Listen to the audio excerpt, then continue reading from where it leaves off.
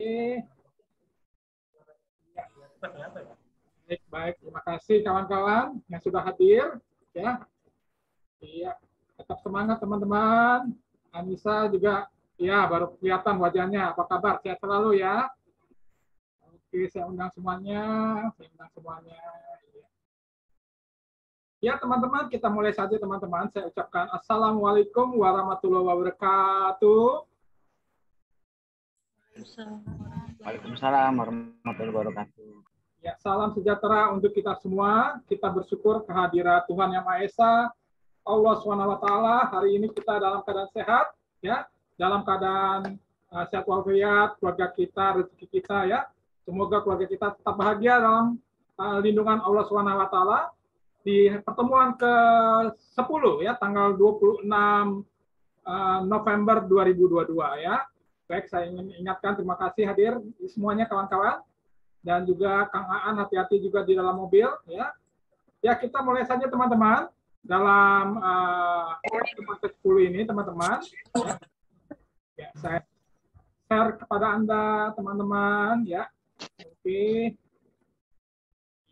Oke. Oh, kok malah ini ya, keluar. Sebentar, teman-teman.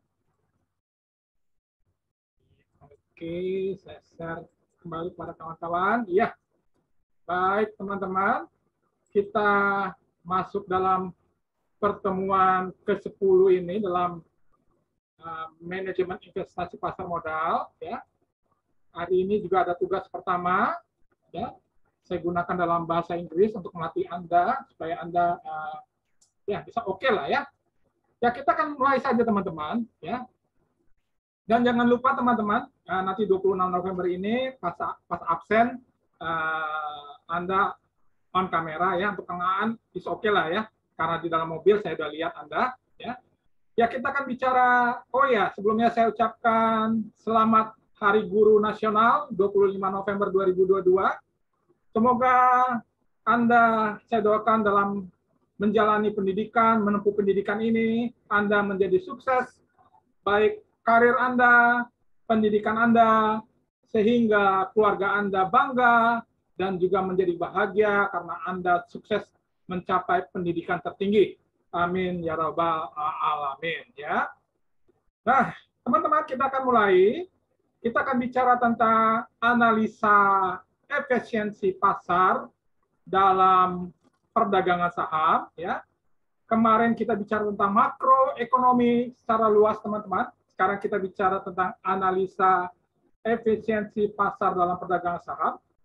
Nah, dalam pemikiran teori harga saham oleh Maurice Kendall, di mana penelitian Kendall tahun 1953 menyatakan bahwa pola perubahan harga saham tidak dapat diprediksi, atau bahasa Inggrisnya unpredictable, ya, unpredictable, karena akan bergerak secara acak atau random walk, ya.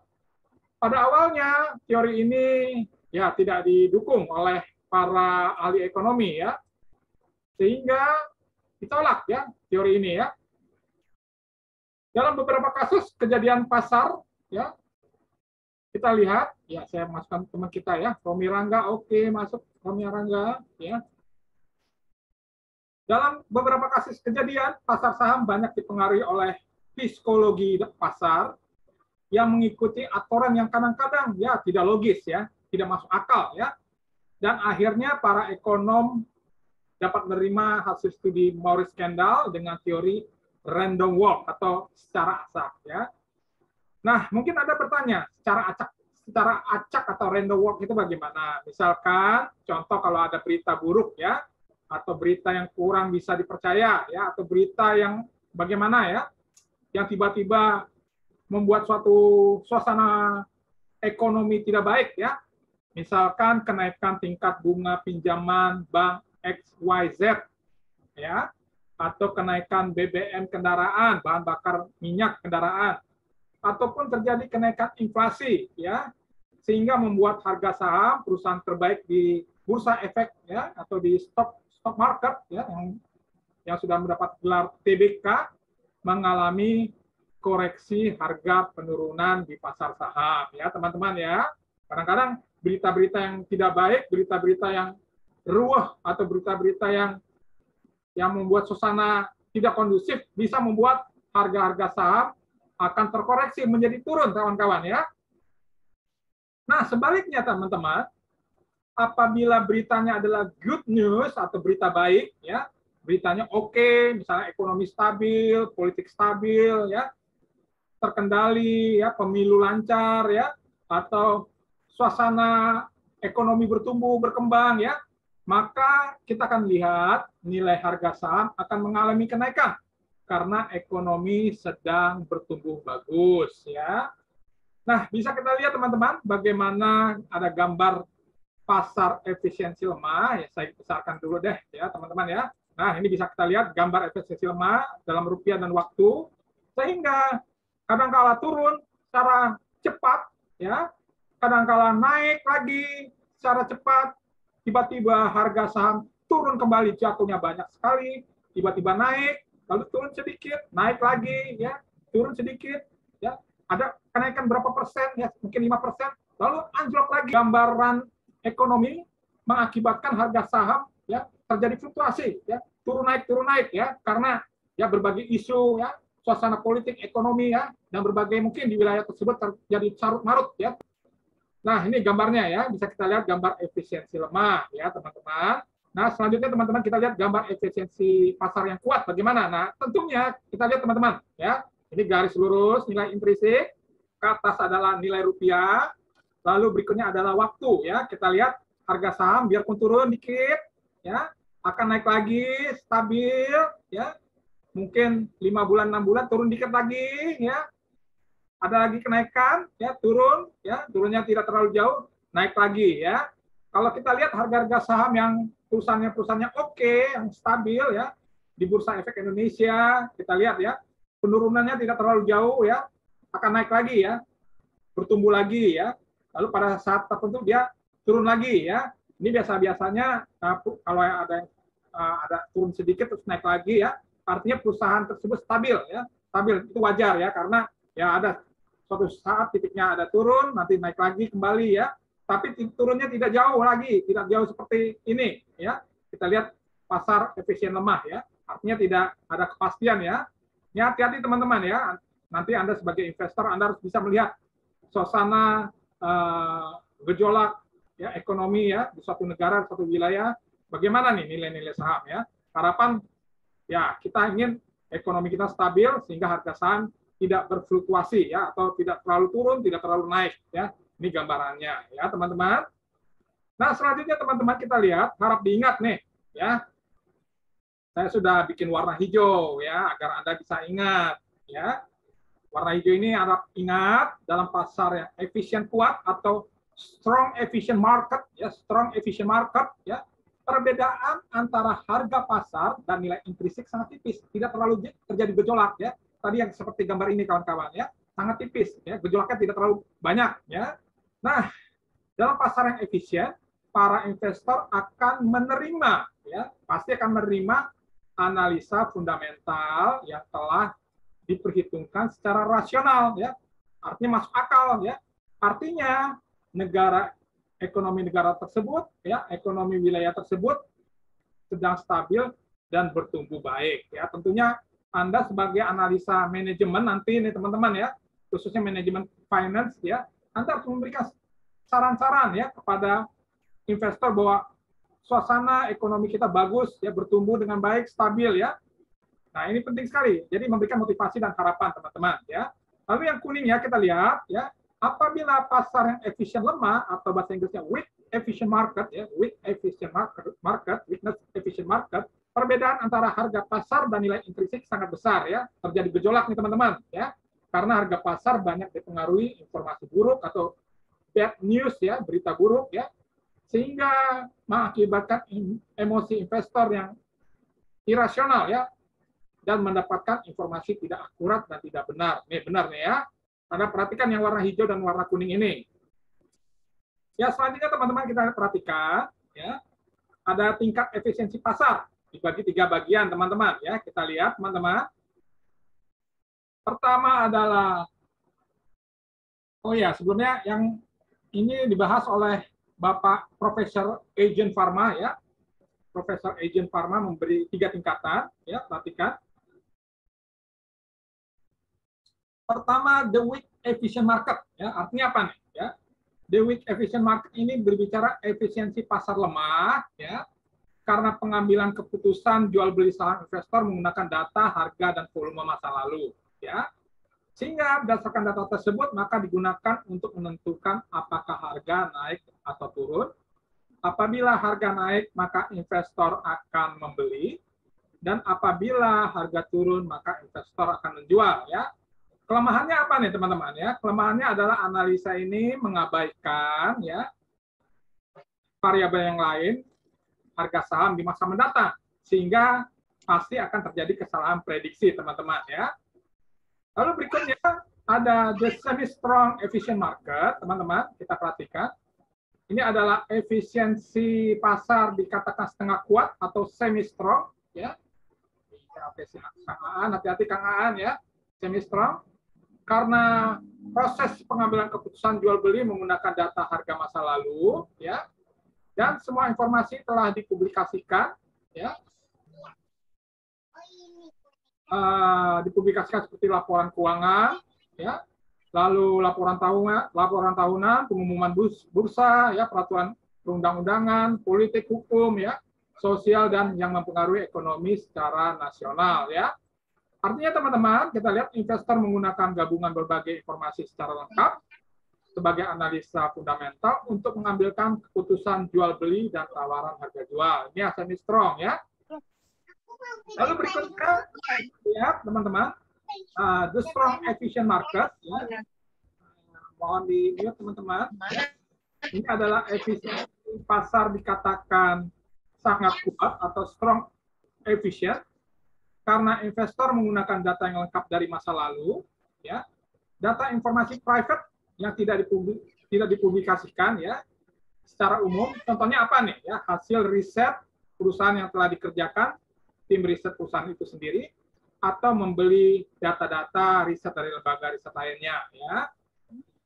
Lalu dengan menggunakan perhitungan yang sangat lengkap, maka dapat mengambil keputusan jual beli saham yang lebih tepat perhitungannya, dan hasil keuntungan return yang tinggi. Berikut ini beberapa indikator ya, dalam bentuk yang kuat. Kita lihat pertama, ya, kalau yang kuat nih teman-teman, ya, keuntungan yang diperoleh sangat tipis teman-teman. Ya. Mohon di mute nih siapa, tolong ya. Keuntungan yang diperoleh sangat tipis, ya, akibat gejolak harga yang rendah, ya. Lalu harga pasar mendekati harga intrinsik perusahaan yang tadi saya berikan gambarnya. Mestris bahwa investor memiliki kesempatan yang sama untuk memperoleh informasi, teman-teman. Lalu berikutnya kemampuan analisis investor yang relatif berbeda, ya. Pasar bereaksi sangat cepat, ya, terhadap informasi baru. Ika tolong di mute dong, Kak. Ya, oke, semua ya di sini. Nah, ini ya keempat hal tersebut, ya. Nah, selanjutnya kita lihat bentuk efisiensi pasar dan informasi, ya. Ya, kalau tadi tulisan agak mungkin teman-teman agak bingung, ya. Nih, rumusnya adalah sebagai berikut nih teman-teman, ya. Bentuk efisiensi pasar adalah pasar yang lemah, weakness efficient market, ya.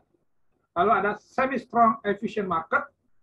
Lalu ketiga adalah strong efficient market, pasar yang kuat, ya. Informasinya berdasarkan harga dan volume atau informasi masa lalu, ya. Lalu kalau semi strong, harga, volume masa lalu, dan informasi publik, ya. Lalu kalau strong efficient market adalah harga, volume masa lalu, informasi publik, dan private, ya, artinya data-data riset, ya. Jadi teman-teman, ya, saran saya, ya, Anda nanti sebagai analis manajemen keuangan, ya, baik dalam nanti studi kelayakan bisnis atau dalam bursa efek atau dalam saham, dalam surat berharga, Anda harus memberikan nasihat atau saran, advice kepada investor. Selalu Anda menggunakan strong efficient market, di mana informasi yang harus Anda gunakan, informasi yang harus lengkap, ya, lengkap 100%.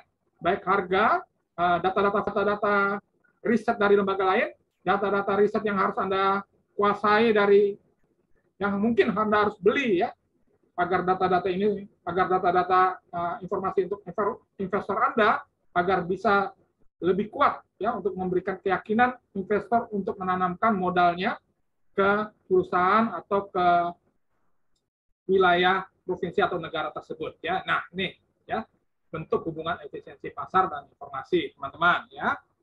Nah, ya. Oke. Teman-teman agak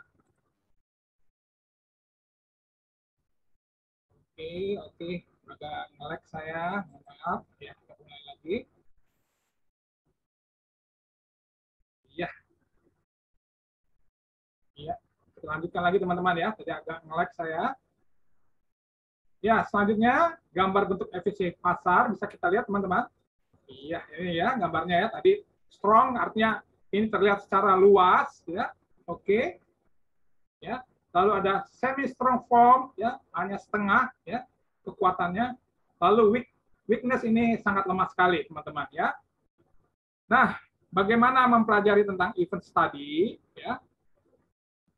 Nah, kita telah mempelajari corporate action. Ingat minggu lalu ya, corporate action ya. Jangan lupa ya, nanti penting sekali ya. Pada bab sebelumnya, dalam pengaruh kenaikan penurunan nilai harga saham dapat dipengaruhi oleh berbagai faktor seperti ekonomi, ya, politik, ya, terjadi pergantian kepemimpinan atau presiden, ya, ketidakstabilan negara, inflasi, hubungan luar negeri, dan beberapa hal variabel ya. Nah, tentunya dalam bab ini Anda telah mempelajari dampak informasi positif atau dampak informasi negatif ya, bad news dan good news ya, berita buruk, berita tidak baik ya, berita buruk dan berita baik ya, mohon maaf ya.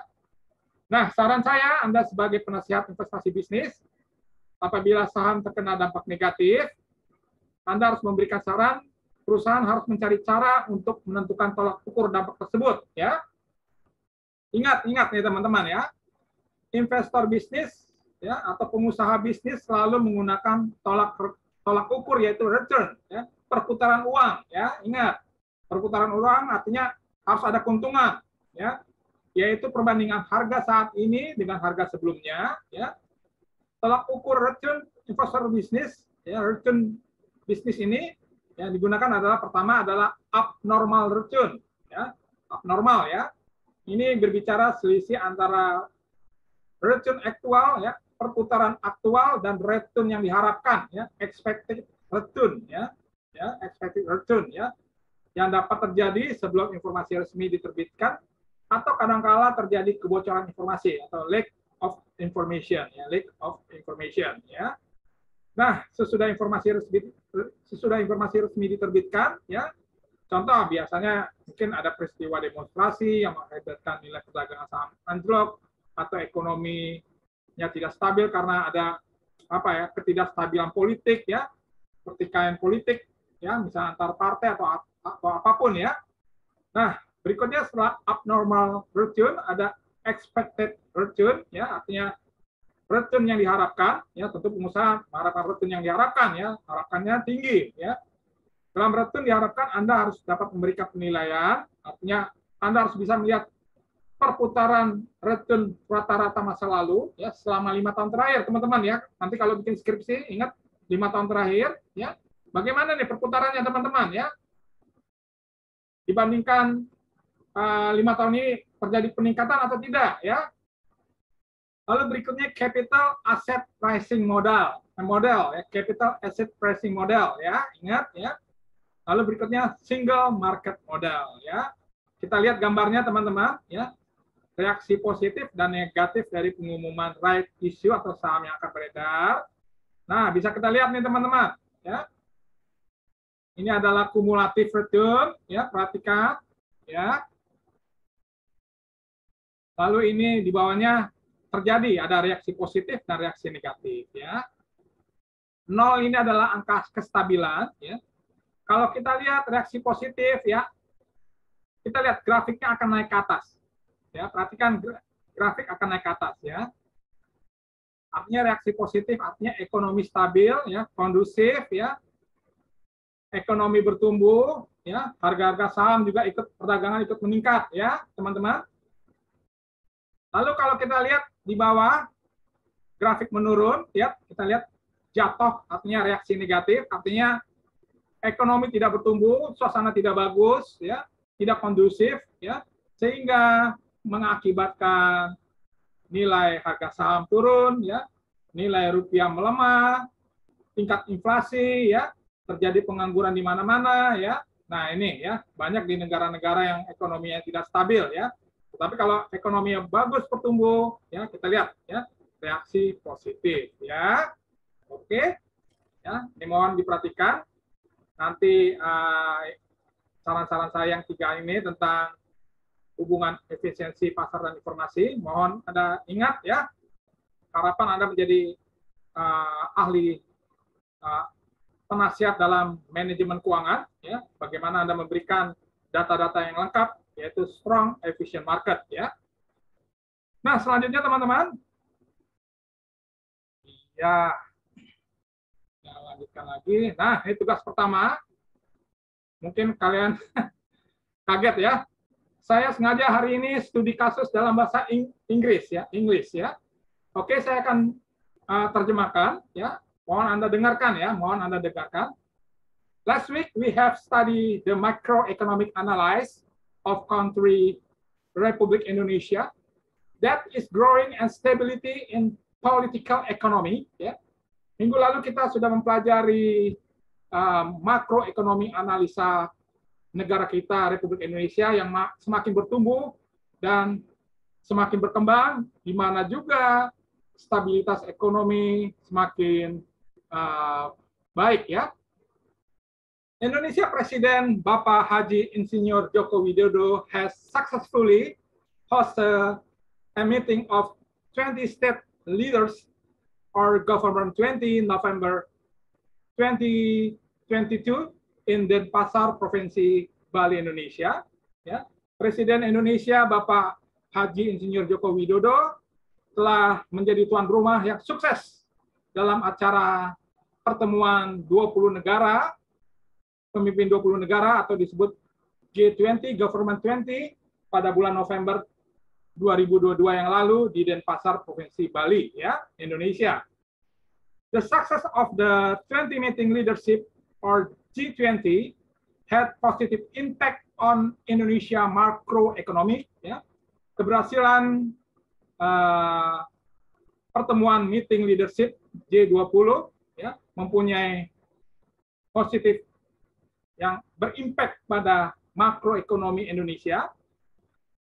Please explain the 10 benefits for the state of Republic Indonesia, especially the economic meeting by 20 world country leaders. Ya. Sekarang Anda harus menjelaskan 10 keuntungan ya, bagi negara kita Republik Indonesia ya, setelah mendapat sukses keberhasilan. Apa 10 keuntungan ya, especially khususnya dalam pertemuan meeting 20 pemimpin negara atau G20. Your student must explain in full, clearly, and professionally as expert in the field of business finance management. Ya. Anda sebagai mahasiswa harus menjelaskan secara lengkap, jelas, dan Anda harus profesional. Ya. Sehingga saya harapkan Anda ahli, expert ya dalam pekerjaan sebagai dalam bidang bisnis keuangan manajemen. Ya. Minimal 150 words, ya, minimal 150 kata. Thank you. Ya. Jadi 10 keuntungan benefitnya apa nih dari peristiwa yang telah kita sukses menyelenggarakan ekonomi G20 ya, 20 pemimpin 20 pemimpin dunia yang hadir di Bali ya. Beri contoh ya. Ya, saya kasih contoh misalnya bocoran satu ya. Misalnya dalam bidang pariwisata, tourism ya, terjadi peningkatan ya.